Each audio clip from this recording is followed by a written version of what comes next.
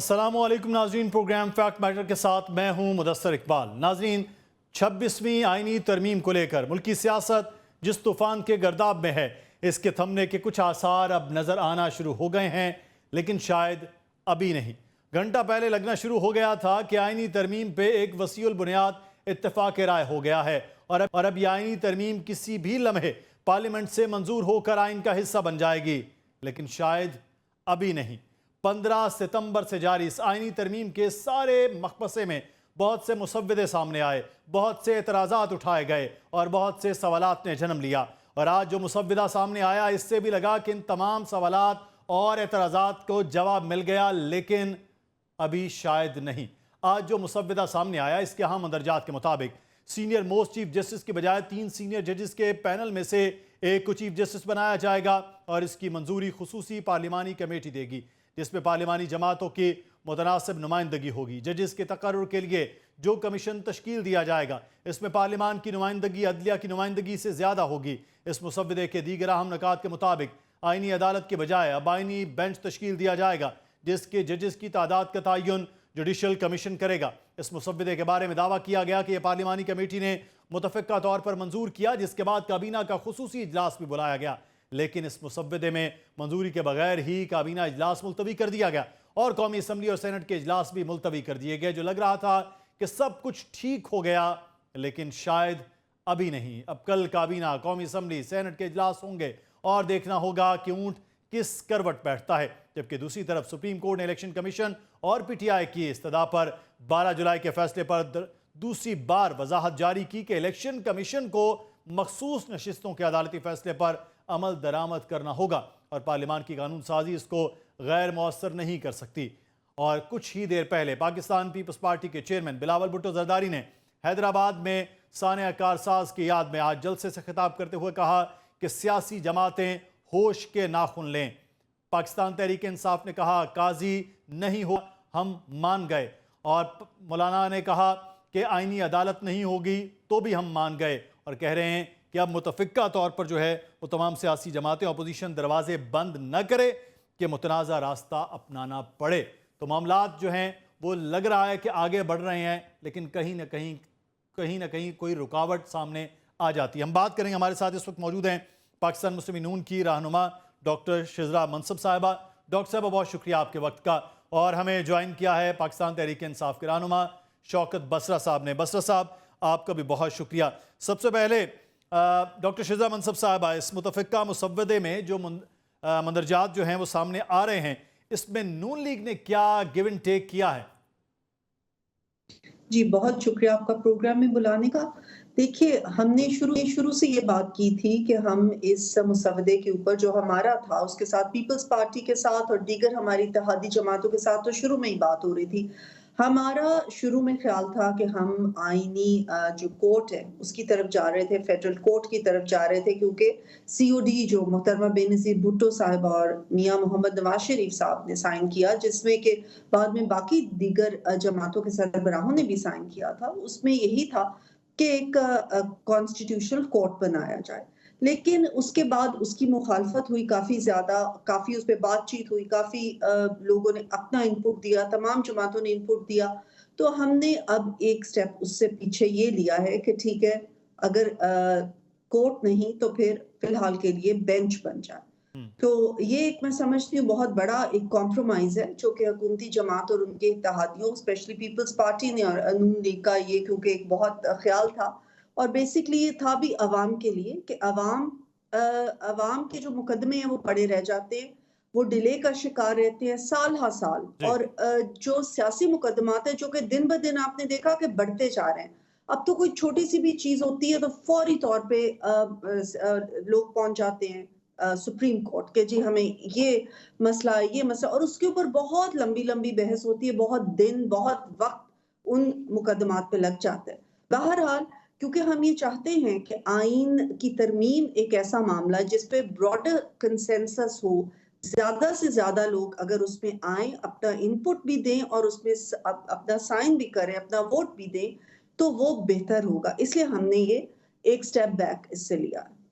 अच्छा शौकत बसरा साहब, आपका इत्तफाक राय आपकी अपनी जमात का इस पर है या नहीं? बैरिस्टर गौर कह रहे हैं कि इत्तफाक राय है, आमिर डोगर जिस कमेटी में है वो कह रहे हैं कि नहीं, जो चीज़ पेश थी वो काबीना की वो अलग अलग है। सलमान अकरम राजा साहब कहते हैं दो नकात पे हमारा इत्तफाक नहीं है। आपकी अपनी जमात में ये मुतजाद चीज़ें क्यों हो रही हैं और क्या अभी तक इत्तफाक राय नहीं है? मुदस्सर भाई, ये जो फार्म 47 की जाली हुकूमत है, जो बेचारे जिनकी कोई, आपको पता है कि सारे पपेट्स हैं, सारी कठपुतलियां हैं। तो आपने अभी पूछा कि आपकी क्या राय है मुस्लिम लीग नून की। पंजाबी जी कहते हैं नौकर की तो नखरा की। जब जाहिर है डॉक्टर शिजा मेरी बहन है, जिसके मुस्लिम लीग नून जो नवाज शरीफ की पार्टी है, जिसके नाम पे ये सारे वोट लेते हैं, अगर वो बेचारा हार गया, मरियम बीबी हार गई, तो शहबाज शरीफ हार गया, तो इनकी क्या हैसियत है सियासी तौर पे? तो ये देर टोटली इररेलेवेंट। सो इनको कहेंगे लेफ्ट, ये कहेंगे लेफ्ट, इनको कहेंगे राइट, ये कहेंगे राइट, वो कहेंगे सेट डाउन, ये सेट डाउन हो जाएंगे। सो हमारा इनसे ना कोई डायलॉग है, ना इनके साथ हमारी बातचीत है। हाँ, मौलाना फजल रहमान साहब को मैं खराज तहसीन भी पेश करता हूँ कि अब जब मैं आपसे बात कर रहा हूँ, अभी तक आइन, कानून और जमहूरियत के साथ खड़े हुए हैं, रूल ऑफ लॉ के लिए खड़े हुए हैं।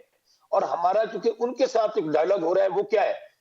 हम ये समझते हैं कि ये जो पार्लियामेंट है, इसके पास कोई ताकत नहीं है, क्योंकि ये पार्लियामेंट अवाम की मुंतखब नहीं है, ये अवाम के नुमाइंदे नहीं है, इसलिए इनको नहीं करनी चाहिए किसी किस्म की तरमीम।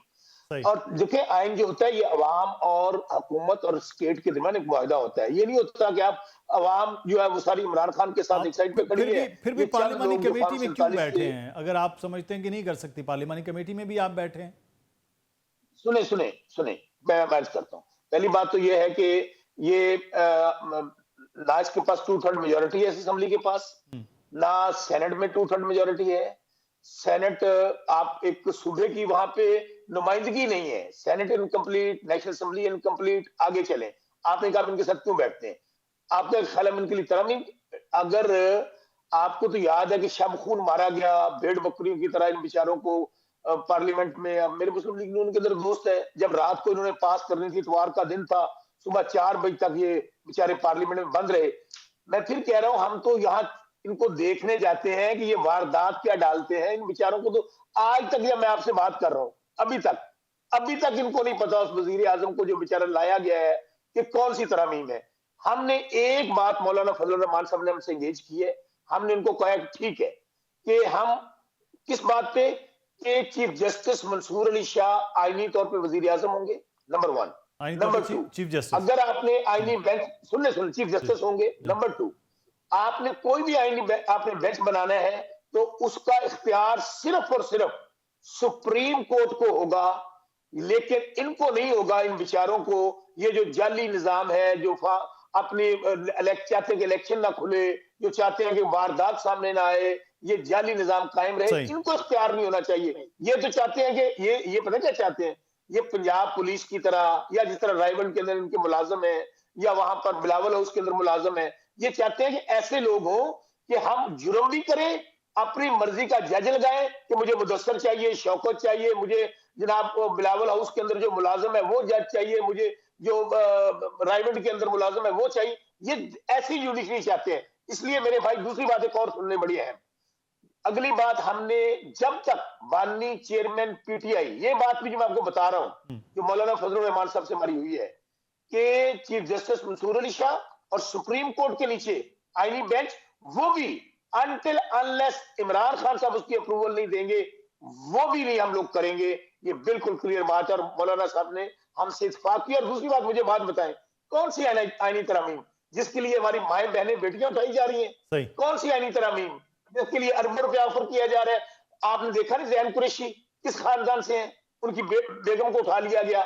यार क्या कर रहे हैं? ये भी डॉक्टर साहब से बात कर रहे हैं। डॉक्टर साहब, क्या इसका वजह है कि ये प्रेशर हो रहा है, कहा जा रहा है JUIF के लोगों को उठाया जा रहा है, हुकूमत ही ताकतवर होती है, कहते हैं पाकिस्तान तहरीक इंसाफ के लोगों को उठाया गया, हालांकि कुछ लोग आ भी गए सामने, वो कह रहे हैं हम तो खुद छुपे हुए हैं, लेकिन ये आप लोगों को क्यों इस तरह प्रेशर कर रहे हैं? इस तरह से आईनी तरमीम करना मकसूद है? देखिए, जैसा मैंने आपको मैं बता रही थी कि हम लोग पीछे हटे हैं। हमने सबके साथ, तमाम जमातों के साथ बैठ के मुज़ाकरात किए हैं। अब इन सारी मुज़ाकरात का, इन सारे कॉम्प्रोमाइज़ेस का मकसद इसीलिए है ना कि ये ब्रॉडर कंसेंसस हो। अभी मेरे भाई ने जितनी बातें की, वो इनको एक नैरेटिव बता दिया जाता है कि जी ये बातें आपने करनी है, इन्हीं चीजों के इर्द गिर्द आपने घूमते रहना है और सड़कों पे आपने इंतशार फैलाना है। सड़कों पे ये मारे मारे फिरते हैं, इनके लीडर्स छुप जाते हैं और इनके बेचारे वर्कर्स जो है, जो कि अब मुतनफर हो चुके हैं, उनको ही छोड़ के चले जाते हैं बीच चौराहे, खुद ही गायब हो जाते हैं। आप मुझे बताएं कौन से इनके लीडर्स आए हैं जो आज तक ये बार बार लोगों को कॉल्स देते हैं।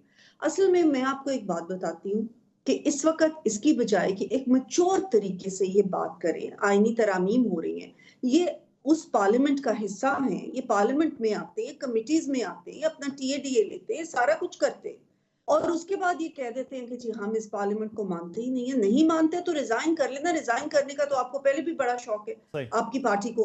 पिछली दफा क्या किया आप लोगों, इतने रिजाइन कर लिए, फिर साथ साथ आपने इलेक्शंस करवाए, वो फिर आप सबको पता था कि हमें तो एक भी वोट नहीं मिलना, तो इमरान खान खुद आ गए कि जी मैं 7 इलेक्शन लड़ूंगा।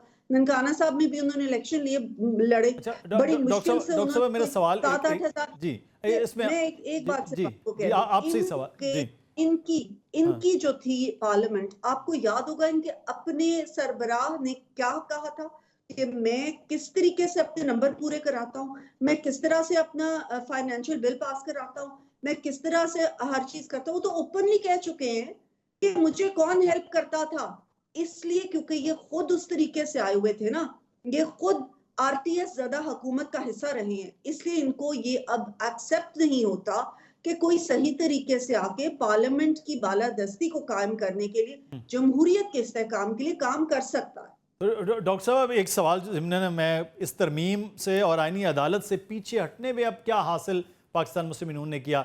आईनी अदालत अब नहीं बन रहे जो आप लोग कहना चाह रहे थे, तरमीम के अंदर बहुत सी चीज़ें, तो क्या हासिल मुस्लिम यूनियन ने क्या हासिल किया इसमें? देखिए बहुत सारी इसमें रिफॉर्म्स है, सिर्फ ये एक नहीं है शिक, और बहुत सारे रिफॉर्म्स है। जजेस को किस तरीके से लाना चाहिए, देखिए पूरी दुनिया में किस तरीके से होता है, जजेस को किस तरह ग्रिल किया जाता है, उनकी हिस्ट्री देखी जाती है, उनकी जजमेंट्स देखी जाती है, उनका एक्सपीरियंस देखा जाता है। हमारा तो ये एक अनफॉर्चुनेट चीज हो गई कि जी बस सीनियर जज ने आने और उस चीज को लेके हम चलते आए। उसमें भी मैं समझती हूँ कि तरमीम होनी चाहिए, और भी बहुत सारी ऐसी चीजें हैं जुडिशियल रिफॉर्म्स हम करना चाह रहे हैं। जुडिशियल रिफॉर्म्स बहुत जरूरी हैं। आप देखिए कि पीछे कैसी जजमेंट्स आती रही। एक वो शख्स 3 दफा का प्राइम मिनिस्टर जिसका के नाम भी नहीं था पैनामा पेपर्स में, उसको घसीटा गया और उसके बाद अकामा के ऊपर फारिग कर दिया गया। सही। मुल्क जो एक तरक्की की राह पे चल रहा था उसको खत्म कर दिया गया, और अभी रिसेंटली 63A रीराइट किया गया आइन। उसके बाद आप ये देखें कि अभी जो स्पेशल सीट्स की आज फिर वजाहत हो रही है, ये भी एक अनफॉर्चुनेट मैं समझती हूँ डिसीजन आया था कोर्ट की तरफ से। वो लोग जो आए ही नहीं, जिन्होंने कि कोई रिट की ही नहीं, जो कि हिस्सा ही नहीं थे उस मुकदमे का, उनको बुला ये के एक घर पूरा से एक कहा अलग गया पूरा एक कि मामला है कि ये जी, मखसूस नशिस्तों कि का मामला, जमात जो नहीं थी उस जिसने पिटिशन हाँ की है वो तो फारिग है, उसको तो हमने नहीं सुनना। जो सही आया ही नहीं पिटिशनर बन के, उसको घर से बुला के कहा गया सही कि ये तो अच्छा, जी आपकी सीट है। मैं ये बड़ा अनफॉर्चुनेट है, उसके नतीजा हम आज तक भुगत रहे हैं। ठीक है डॉक्टर साहब, छोटी सी ब्रेक के लिए कहा जा रहा है मुझे, मैं वापस आए फिर बात करेंगे पाकिस्तान तहरीक इंसाफ से कि इररेलेवेंट क्यों हो गए। सारा बार मौलाना फजलुर रहमान पर डाला है, तो पाकिस्तान तहरीक इंसाफ की अपनी हैसियत पार्लियामान में क्या है? छोटा सा एक ब्रेक लेते हैं।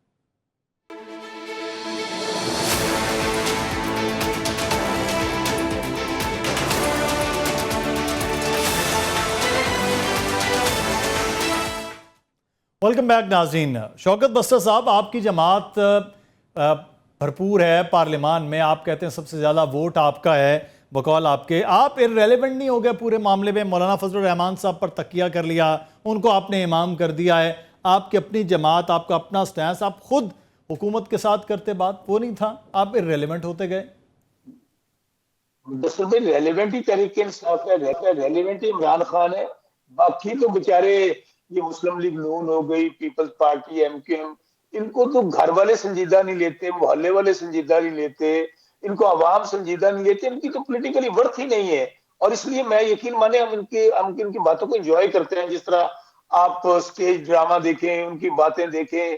और भाई मैं बार बार कह रहा हूं, सियासतदान आवाम से होता है, सियासतदान वोटों से होता है। अगर मियां नवाज शरीफ अच्छा लीडर था किसी जमाने में बेचारा, और पॉपुलर लीडर होता था पंजाब का खास तौर पे, बाकी तो किसी सूबे में भी नहीं था वो, अगर वो बेचारा हार गया यार, तो मुझे बताएं, आप कहते हैं हम इररिलेवेंट है, देखिए ना, सिर्फ इमरान खान और तहरीक इंसाफ को टिकाने लगाने के लिए, खत्म करने के लिए 2 साल से ये निजाम लगा हुआ है। इतना जबर जुल्म बर्बरियत तो मुदस्सर मैंने जिया का मार्शल्ला देखा है, मैंने मुशर्रफ का मार्शल्ला देखा है, इतना जबर कभी नहीं हुआ। आप मुझे बताइए कि ये अभी कह रहे थे आप कि 2006 में सीओडी हुआ, उसकी वजह से हमने ये आईनी तरमीम, भाई 2008 से 2013 भी हुकूमत थी पीपल्स पार्टी की।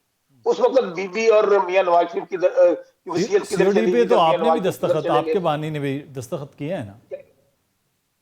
सुन तो लेना, 2013 से 2018, मैं बात तो सुन ले, 2013 से 2018 तक इनकी हुकूमत थी। उस वक्त क्या हुआ था, 2/3 मेजोरिटी लेकर बैठे हुए थे। बात यह है कि आपको ये समझने के लिए सिर्फ 2 बातें समझनी जरूरी है। ख्वाजा आसफ ने क्या बयान दिया, उन्होंने कहा जी 25 अक्टूबर तक हमने तरामीम ना की तो इलेक्शन खुल जाएगा, इलेक्शन खुलेगा तो हम घर चले जाएंगे और काजी फाइज ईसा चला जाएगा। काजी फाइज ईसा तो इनकी इंश्योरेंस पॉलिसी है, 2 ही चीजें तो इस निजाम को लेकर फिर रही हैं, काजी फाइज ईसा और 9 मई। और आगे सुने बिलावल साहब क्या कहते हैं, कहते हैं ये जो चीफ जस्टिस मंसूर साहब है ना, ये असल में मैनेज नहीं कर सकते जजेस को कंट्रोल नहीं कर सकते, जिस तरह काजी ने किया हुआ था। अब आप ये बस सब एक सवाल, आप ये समझ रहे हैं कि ये इनके फेवर में है। इसी तरह से नैब तरमीम का जब मामला था तब भी कहा जा रहा था कि इनकी, बल्कि आप तो पिटीशन में चले गए थे आपके बानी, लेकिन उसका सबसे पहला फायदा भी बानी पीटीआई को हुआ। तो इस तरह ये क्यों समझा जा रहा है कि ये जो तरामीम है वो सिर्फ इनके फायदे के लिए? मुदस्सर, आप बड़े तजर्बाकार साथी हैं, आप अब बेचारे को क्यों इनका तमस्खर उड़ाते हैं कि जी देखिए आपको भी फायदा होगा। किसको नहीं पता किसको फायदा है किसको नुकसान है। अब ये पाकिस्तान बदल चुका है, ये 70-80 का पाकिस्तान नहीं है। और दूसरी बात, आपने नैब तरमीम की बात की, एक तारीखी फिक्रा कहा था इमरान खान साहब ने, मैं उस दिन कोर्ट में मौजूद था, सुप्रीम कोर्ट। उन्होंने कहा चीफ जस्टिस काजी फाइसा साहब, अगर मैं इन तरमीम को मंजूर करूं, मेरी जात को तो फायदा हो सकता है, लेकिन पाकिस्तान दिवालिया हो जाएगा। छोड़ दें इन बातों को, ये तो बेचारे, मैं फिर कह रहा हूं, यकीन माने मुझे ये काबिल तरस हैं, काबिल रहम लोग हैं, जो कुछ ये कर रहे हैं, ये पाकिस्तान से खिलवाड़ कर रहे हैं। मुझे एक बात बताएं मुदस्सर भाई, दिल पे हाथ रख के, ये मौलाना फजलुर रहमान साहब क्या कह रहे हैं, मेरे सेनेटर अगवा हो रहे हैं, काजी फाइज ईसा 63A का फैसला देते हैं, कहते हैं जाओ बोरियां खोल दो पैसों की ऑफर्स हो रही है। आपने किसको, एमएनए को, सेनेटर को सुना दी on the floor of the house, लोग खड़े कर कह रहे हैं, फजलुर रहमान साहब के भी, और आपने कल नसीमा साहबा जो मिंगल ग्रुप की हैं उनके आंसू देखे थे। मैं जो है ना इस पे नून लीग का मौक़िफ़ लेते हैं। कमर जमान कायरा, पाकिस्तान पीपल्स पार्टी के सीनियर रहनुमा हमारे साथ मौजूद है। पाकिस्तान पीपल्स पार्टी का मौक़िफ़ बड़ा ज़रूरी है। पाकिस्तान पीपल्स पार्टी बड़ा जो है वो एक हार्ड स्टांस था आईनी अदालत के हवाले से, उस पर भी कॉम्प्रोमाइज़ हुआ। अभी बिलावल साहब ने कहा कि एक जमात ने कहा तो आईनी अदालत, दूसरे जमात ने जो है वो काजी साहब के हवाले से कहा। क्यों पाकिस्तान पीपल्स पार्टी पीछे हटी कायरा साहब? देखिए, ये जो इत्तेफाक राय की कानून साजी करनी होती है ना, इसमें हट धर्मी का मुजाहरा नहीं हो सकता। आप अपने प्रिंसिपल से पीछे नहीं हटते, लेकिन आपको बाकी जमातों की राय को सुनना पड़ता है, अपनी राय को उनके मुताबिक एडजस्ट करना पड़ता है। ये जरूरी नहीं होता कि आप अपने एसेस को छोड़ दें, लेकिन उनकी भी कई बातों को आपने साथ लेके चलना है। और जब आप इत्तेफाक राय के खुद चैंपियन बन रहे हैं, कोशिश कर रहे हैं, तो फिर आपको खुद अपने आप को भी तैयार रखना होगा ना। बाकी जमातें भी अपनी राय देती हैं। इसमें भी जब गवर्नमेंट ने अपना एक ड्राफ्ट दिया तो बड़ा शोर हुआ जी, 1 ड्राफ्ट, 2 ड्राफ्ट, 3 ड्राफ्ट, 4 ड्राफ्ट। तो ये ड्राफ्ट एक आया, वो बाकी जमातों के पास गया, उन जमातों ने इस पर अपनी राय दी। अपनी राय देने के बाद वो दूसरी जमात के पास गया, उसने फिर दोबारा उसमें अमेंडमेंट्स की, फिर तीसरी दफा अमेंडमेंट्स हुई। तो ये जितनी दफा ड्राफ्ट जो है ये मुख्तलिफ जमातों के पास जाएगा, उनकी इनपुट आएगी, तो वो नया ड्राफ्ट बनेगा ना। सो वही ड्राफ्ट है, उसकी फाइनल शेप जो है वो जब भी इस पे इत्तेफाक हो जाता है तो सामने आ जाएगी। पीपल्स पार्टी ने इस पे कंप्रोमाइज जितना भी किया है वो इसलिए कि पीपल्स पार्टी इत्तेफाक राय करना चाहती है, और इत्तेफाक राय हट धर्मी से नहीं हो सकता, बल्कि अपनी पोजीशन पे रहते हुए कुछ एडजस्टमेंट करने की सूरत में हो सकता है। और ये मेरे ख्याल एक अच्छा तरीका है। खैर साहब, अभी बिलावल साहब ने तकरीर के दौरान भी कहा कि सियासी जमातें होश के नाखुन लें। सदर ने कहा कि अपोजिशन ने दरवाजे बंद कर दिए तो मुतनाज़ा जो है वो रास्ता अपनाना पड़ेगा। ये मुतनाज़ा रास्ता अपनाने से क्या मुराद है? तो हम नहीं चाहते जी, मुतनाज़ा रास्ता तो यही है ना, सारी जमातें चाहती है इत्तेफाक राय हो जाए और हमारी भी ये ख्वाहिश है कि इत्तेफाक राय हो जाए। पीपल्स पार्टी तो वैसे ही, आपको याद होगा हमारे तो पूरे दौर में जो कानून साजी थी वो भी जो सिंगल मेजोरिटी से होनी होती है वो भी हम इत्तेफाक राय से किया करते थे जी। और ये एक बड़ा अच्छा तरीका है हमारे जैसे मुल्कों के दौरान, क्योंकि अगर यहाँ पे इत्तेफाक राय हो जाए तो बहुत उसकी वाइडर ओनरशिप होती है, उसको लोगों की ज्यादा सपोर्ट हासिल होती है, उसके खिलाफ बातें नहीं हो सकती उस कानून साजी के। तो ये पीपल्स पार्टी उसकी बात कर रही है। बाकी हम अपनी पोजीशन पे भी अगर कोई एडजस्टमेंट करते हैं तो बाकी जमातों को, बिलावल साहब ने तो पहली मीटिंग में कहा था कि सब जमातों को अपने नुक्ता नजर में, अपने रवैयों में कुछ नरमी पैदा करने की जरूरत है। अब देखिए पीटीआई इसमें क्या रवैया इख्तियार करती है, क्योंकि पीटीआई के जो कमेटी मेंबर्स होते हैं वो तो अपनी बात आगे करते हैं तो उनको बात लॉजिकल माननी पड़ती है, लेकिन फिर खान साहब ने कई मौके पे ऐसा किया। पिछले मुज़ाकरात जो पंजाब और केपी के इलेक्शन के सूरत में हो रहे थे उसमें भी, और उसके अलावा भी बहुत दफा उनकी कमेटी तो मान जाती है लेकिन जब उनके पास जाते हैं तो फिर वो वीटो कर जाते हैं उसको। अल्लाह करे इस्तीफा ना करे। सही। अच्छा, एक चीज़ जो है इस सारे आईनी तरमीम में ऐसे लग रहा था कि आईनी अदालत आएगी, कारा साहब आईनी अदालत भी अब पीछे हो गया, आईनी बेंच का एक मामला आ गया, इतनी बड़ी चीज़ें पीछे हटना, तो फिर आईनी तरमीम तो वो कह रहे हैं कि सुकड़ के अब बिल्कुल मामूली सी रह गई है, तो फिर इस पर भी इत्तफाक राय में इशू क्या आ रहा है?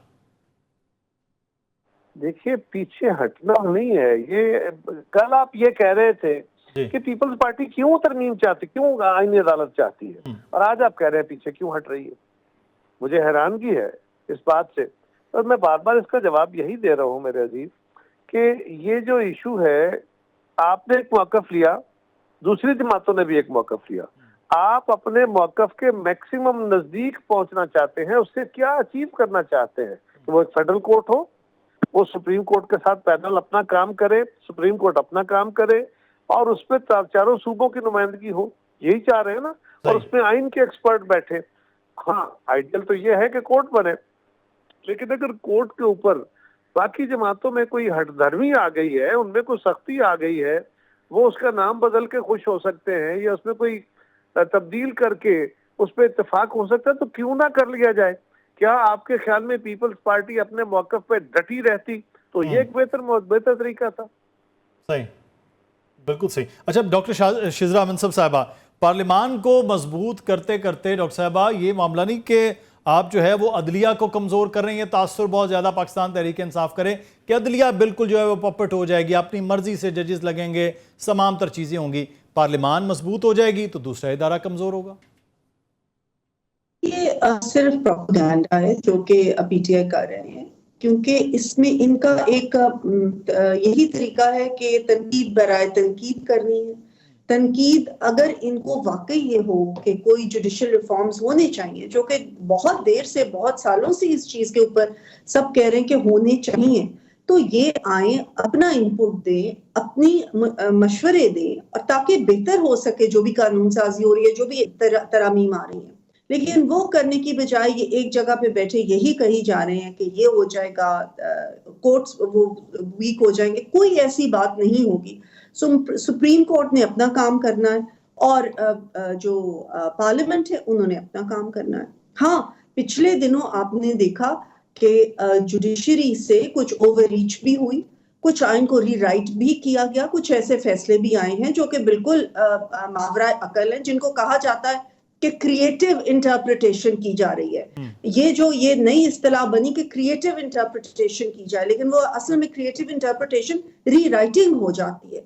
तो इन चीजों के ऊपर हम चाहते हैं कि स्टॉप लगाया जाए। आहिस्ता आहिस्ता ये चीजें बढ़ती जा रही हैं। इनको वो जजेस पसंद थे जो गुड टू सी यू कहते थे, जो सारा दिन अदालतें खोल के इंतजार करते रहते थे, जो घर से बुला के इनको कहते हैं कि बेशक आप पिटिशनर नहीं है लेकिन आपके लिए फैसला कर रहे हैं। इनको वो जजेस पसंद थे, इनको वो जजेस पसंद थे जिन्होंने के जाके अपनी ओवररीच की, जिन्होंने उन चीजों के अंदर काम किया, डैम्स के फंड्स बनाए और इस तरह की चीजें जो कि जुडिशरी के हल्का इख्तियार में बिल्कुल नहीं आती। अब आके अगर हम ये कहते हैं कि सुप्रीम कोर्ट के जज को चूज करने का तरीका इस तरीके से बना दिया जाए कि कमिटी उसको बैठ के चूज करे, तो इसमें क्या जुडिशरी वीक होगी? मैं नहीं समझती कि इसमें कोई ऐसी बात है, ये सिर्फ प्रोपेगेंडा। बसरा साहब, जुडिशल रिफॉर्म्स आप नहीं चाहते, आप साकिब निसार साहब और उमर अता बंदियाल साहब जैसी अदालतें चाहते हैं। जुडिशल रिफॉर्म्स आएगा तो आपके लिए, इस मुल्क के लिए,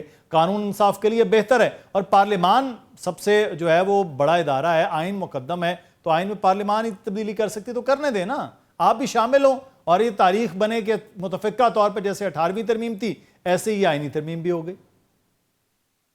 मुदस्सर भाई, सादगी पे मर ना जाए कोई। अब यकीन माने मुस्लिम लीग नून के ना जो फॉर्म 47 पे जितवाए गए हैं, 4-5 मेरे दोस्त हैं, तो मुझे एक दोस्त, हम लोग बैठे हुए थे इकट्ठे कहीं पे, कहने लगा जब हम घर जाते हैं ना तो हमारे बच्चे हमें कहते हैं कि पापा, वो टॉक शोज में भी आते हैं कि अब्बू झूठ ना बोला करें, हमें घर कॉलेज में, यूनिवर्सिटी में जाके शर्मिंदगी होती है। आजकल वो दुनिया नहीं रह गई ना वो पाकिस्तान रह गया, ये डिजिटल दौर है। ये मैं फिर कह रहा हूँ, ये 70-80 के पाकिस्तान से बाहर है। ये मेरी बहन है शीजा, यकीन माने मैं तो चूंकि खातून है और बड़ी मेरे लिए बहुत काबिल एहतराम है, इनके वालिद साहब को सियासत में एक नाम था। अब मैं बार बार कहूँ, ये वो पाकिस्तान नहीं है। मुदस्सर जाने दें। आप कह रहे हैं कि इत्तेफाक राय, जुडिशल रिफॉर्म्स, बहुत अच्छी बात है, रिफॉर्म्स होनी चाहिए। आप मुझे बताएं कि वो इतवार के दिन अब और रात के 3 बजे, तो मैं आपसे एक वक्त भी कम हो रहा है, आपको हामी मिल जाएगी, आप हो जाएंगे? मतलब अगर कल को आप शामिल हो जाते हैं तो यही पार्लियामान होगी, यही लोग होंगे फॉर्म 45-47 में, अगर आप इसके साथ हो जाते हैं तो फिर नहीं, सवाल ही पैदा नहीं होता। हमें तो पहले दिन पीपल्स पार्टी, इसके बावजूद कि हमारा निशान छीन लिया गया, पार्टी तोड़ ली गई, हमें इलेक्शन नहीं लड़ने दिया गया, तजवीज की निंदा ढाली दी, फॉर्म 47 2/3 मेजोरिटी बदल दी गई, इसके बावजूद सही मेजोरिटी पार्टी थी। चलें, अब ये आप चेयरमैन जो है वो आपके वो बानी जो है वो क्या करते हैं। बहुत शुक्रिया शौकत बसरा साहब आपके वक्त का, डॉक्टर शिजा मनसब साहिबा आपको भी बहुत शुक्रिया, और कमर जमान कायरा साहब पाकिस्तान पीपल्स पार्टी के रहनुमा, आपका भी बहुत शुक्रिया। प्रोग्राम से मुदस्सर इकबाल को इजाज़त दीजिए, अल्लाह हाफ़िज़।